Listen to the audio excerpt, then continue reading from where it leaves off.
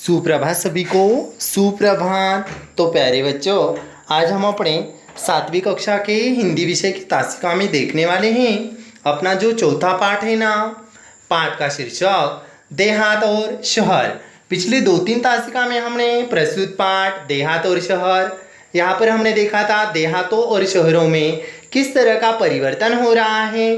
Digital क्रांति का परिणाम हमारे देहातों में हो रहा है। इसका सुंदर चित्रण देहात और शहर इस पाठ में हमने देखा था। आज के तासिका में हम देखने वाले हैं प्रस्तुत देहात और शहर, इसके प्रश्न उत्तर।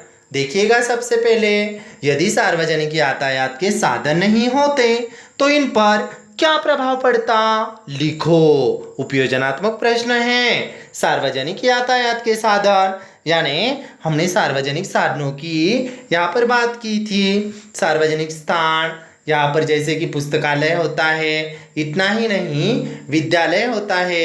ऐसे ही सार्वजनिक साधन जो होते हैं जैसे कि बस स्टैंड, रेलवे स्टेशन, हवाई अड्डा, ये इस तरह से गांव पर क्या असर होता, शहर पर क्या होता, महानगर और देश में क्या असर होता। इतना ही नहीं, सदैव हमें ध्यान रखना है गांव की समृद्धि में शहर की खुशहाली समाहित है। यानी गांव जो है, हर एक गांव की जो समृद्धि होती है, समृद्धि यानी तरक्की, समृद्धि यानी उन्नति, प्रगति, तो गांव की समृद्धि में शहर की खुशहाली सीमित होती है। यानी गांव जितना समृद्ध है, मैंने आपको आपकी कल्पना में का गांव बताया था कि 2 पंक्तियां मैंने मातृभाषा मराठी की आपको सुनाई थी। वो पंक्तियां कुछ इस तरह थी कि गांव पुराने जमानों का हरा भरा बसा हुआ गांव कैसा मनमोहक था, इसका वर्णन इस पंक्तियों में किया था। वो पंक्तियां कुछ ऐसी थी। पलीकडे ओढ्यावर माझे गाव ते सुंदर, पलीकडे ओढ्यावर माझे गाव ते सुंदर, झाडा झुडुपात आहे लपलेले माझे घर, झाडा झुडुपात आहे लपलेले माझे घर, पलीकडे ओढ्यावर माझे गाव ते सुंदर, माझे गाव ते सुंदर। यानी यहाँ पर गांव की समृद्धि में शहर की खुशहाली समाहित है। यानी अगर गांव खुश है तो शहर भी उन्नति कर सकता है। ऐसा इन पंक्तियों के माध्यम से बताया है कि खुशहाली गांव में अगर है तो शहर भी खुशी से भर जाएगा। सही के सामने सही और गलत के सामने गलत का चिन्ह लगाइए। खेल ग्रामीण जीवन का आत्मा है, सही या गलत? जी हाँ, सही जवाब। अगला सवाल, गांव में बीमारियां हैं पर पर्याप्त मात्रा में सुसज्ज और अच्छे अस्पताल हैं। जी नहीं, गांव में बीमारियां हैं लेकिन सुसज्ज और अच्छे अस्पताल नहीं हैं। कारण लिखो। गांव में काम करने के लिए मजदूर नहीं मिल रहे क्योंकि अधिकांश लोग शहर की ओर दौड़ रहे हैं रोजगार के लिए, इसलिए गांव सूने पड़े हैं। शहर परेशान हो उठा क्योंकि गांव वाले शहर की ओर नौकरियों के लिए, रोजगार के लिए जा रहे हैं, इसीलिए शहर बढ़ती हुई आबादी और साथ ही साथ प्रदूषण के कारण परेशान हो उठा है। गांव बहुत उदास हो जाता है क्योंकि सभी गांव वाले गांव छोड़कर शहर की ओर प्रस्थान करते हैं, इसीलिए गांव बहुत उदास होता है, नाराज होता है। क्योंकि गांव में गुटबाजी है, बेरोजगारी है, झगड़े फसाद हैं, इस कारण गांव उदास हो जाता है। भाषा की ओर, निम्नलिखित शब्दों के लिंग बदलो और वाक्य बनाओ। लिंग परिवर्तन, यहाँ पर चाची, चाची का लिंग परिवर्तन चाचा। चाचा जी प्रकल्प में मेरा मार्गदर्शन करते हैं। चाची यह स्त्रीलिंग है। अध्यापिका स्त्रीलिंग, पुल्लिंग होगा अध्यापक, अध्यापक अच्छा पाठ पढ़ाते हैं। अभिनेता पुल्लिंग, स्त्रीलिंग होगा अभिनेत्री, अभिनेत्री सुंदर नृत्य करती हैं। अभिनेत्री सुंदर गाती हैं। गुड़िया स्त्रीलिंग है, पुल्लिंग गुड्डा।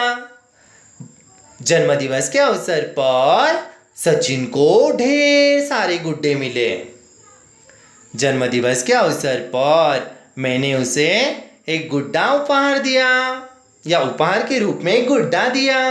ऊंट, ऊंट पुल्लिंग है, स्त्रीलिंग ऊंटनी। राजस्थान में मैंने बहुत बड़ी ऊंटनी देखी। ससुर पुल्लिंग है, स्त्रीलिंग में क्या आएगा? सास। ससुर का स्त्रीलिंगी रूप अगर किया तो सास। सास और बहू मिलजुल कर रहती हैं। हंसिनी स्त्रीलिंग है, पुल्लिंग आएगा हंस। हंस मनमोहक है। बालक, बालक पुल्लिंग है, स्त्रीलिंग रूप अगर किया जाए तो बालिका। बालिका होनहार है, बालिका होशियार है। यानी बच्चों, आपको आपके मनपसंद के वाक्य यहाँ पर बनाने हैं। अलग अलग वाक्य।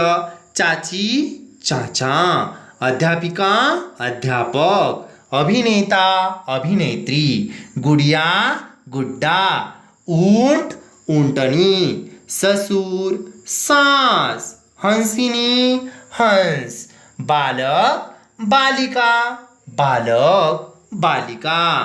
तो बच्चों, हमने देखा कि सार्वजनिक यातायात के साधन और गांव की समृद्धि के लिए, यानी गांव अगर समृद्ध है, अब गांव कब समृद्ध होगा? जब गांव में सही मात्रा में शिक्षा का प्रचार एवं प्रसार होगा। गांव कब समृद्ध होगा? जब गांव में सभी को रोजगार मिलेगा। इसके लिए व्यावसायिक प्रशिक्षण गांव में देना आवश्यक है। साथ ही साथ गांव में सभी सुविधाएं जैसे डाक सेवा, बैंक सेवा, एटीएम, कंप्यूटर, सभी कार्यालयों का जब सभी कार्यालयों में जब डिजिटल की सेवाएं उपलब्ध होगी, तभी गांव यहाँ पर खुशहाल एवं समृद्ध होगा। ऐसे ही अगर गांव को समृद्ध बनाना है तो गांव में चारों ओर हरियाली फैलानी है, हरे भरे पेड़ लगाने हैं, धरती माँ का श्रृंगार करना है। और देखिए, हमें सही और गलत वाक्य भी यहाँ पर कहे थे। हमने देखा था गांव को जो खेल खेले जाते हैं, गांव में खेले जाने वाले सभी खेलों को यहाँ पर ग्रामीण जीवन का आत्मा माने की खेल है। और गांव में आजकल तो अस्पतालों की सुविधाएं हैं, लेकिन बड़े बड़े शहरों में जैसे सुसज्ज और अच्छे अस्पताल है, उस तरह के सभी सुविधाओं से युक्त अच्छे अस्पताल आज भी मेरे गांव में नहीं हैं। साथ ही साथ हमें कारण पूछे थे, गांव बहुत उदास क्यों हुए, शहर परेशान क्यों हो उठा। एक तरफ गांव उदास है क्योंकि गांव से सभी लोग क्या हो गए, शहरों की ओर उन्होंने प्रस्थान किया है। रोजगार के लिए भी सभी लोग शहरों की ओर जाते हैं, और आज इसीलिए गांव उदास हो गया है, गांव में कोई रहा ही नहीं। और शहर परेशान क्यों उठा, क्योंकि शहर में आज प्रदूषण जैसी समस्याएं फैल गई हैं। साथ ही साथ शहर में यहाँ पर भीड़ बढ़ गई है, और बढ़ती हुई भीड़, प्रदूषण आदि समस्याओं के कारण शहर भी परेशान हो रहा है। और गांव में काम करने के लिए मजदूर नहीं मिल रहे, क्योंकि गांव वाले किसकी तरफ गए, शहर की तरफ उन्होंने प्रस्थान कर लिया, शहर की ओर चल गए। इसीलिए गांव में आज मजदूर नहीं मिल रहे। तो बच्चों, उम्मीद करता हूँ देहात और शहर इस प्रस्तुत पाठ के अंतर्गत पूछे गए सभी प्रश्नों के उत्तर आप सभी के समझ में आए होंगे। मिलते हैं अगले तासिका में गांव शहर के प्रश्न उत्तर, और अगला अपनी बड़ी ही सुंदर कविता एक जानवर पर आधारित है। देखिएगा ज़रा गौर से अपनी कौन सी कविता है। इससे पहले आपको सभी जानवरों का, यानी पालतू जानवरों और जंगली जानवरों का फ़र्क समझना है।